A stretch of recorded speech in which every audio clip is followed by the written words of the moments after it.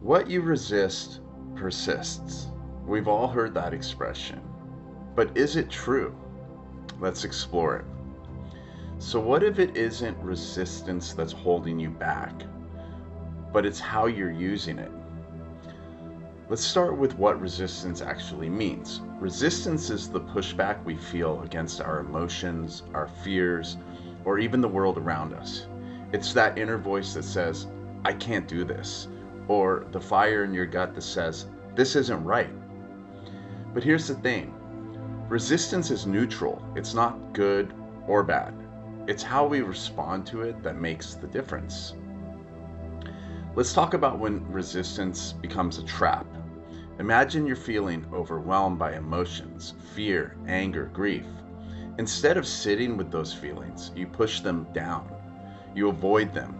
You resist them. And what happens? They persist. They build up. They start leaking into other areas of your life. In this case, resisting resistance looks like saying, I see you, fear. I'm going to sit with you instead of running. It's about softening into the discomfort, even when every part of you wants to fight it. It's not easy, but it's the only way to let those feelings move through you.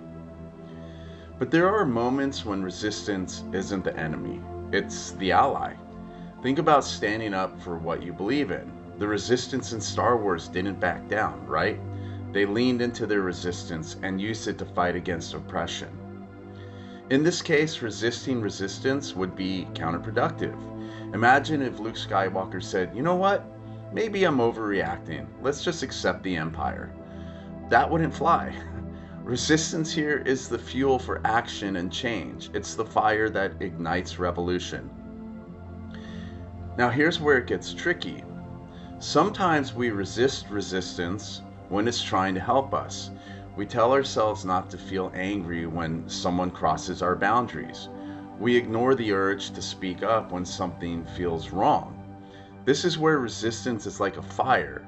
It can burn you or light your way. If we resist it in the wrong moments, we lose out on its power. So how do we know when to resist resistance and when to let it guide us? Just pause and notice.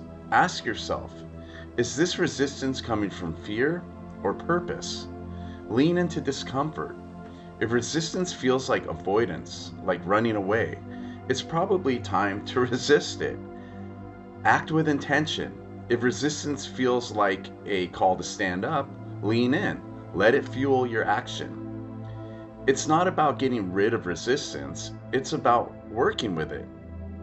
So here's the key takeaways. Resistance isn't the enemy, it's a teacher. What we resist might persist, but sometimes that persistence is trying to show us something. The question isn't whether resistance is good or bad, it's whether we're listening to what it's telling us. So where are you feeling resistance right now?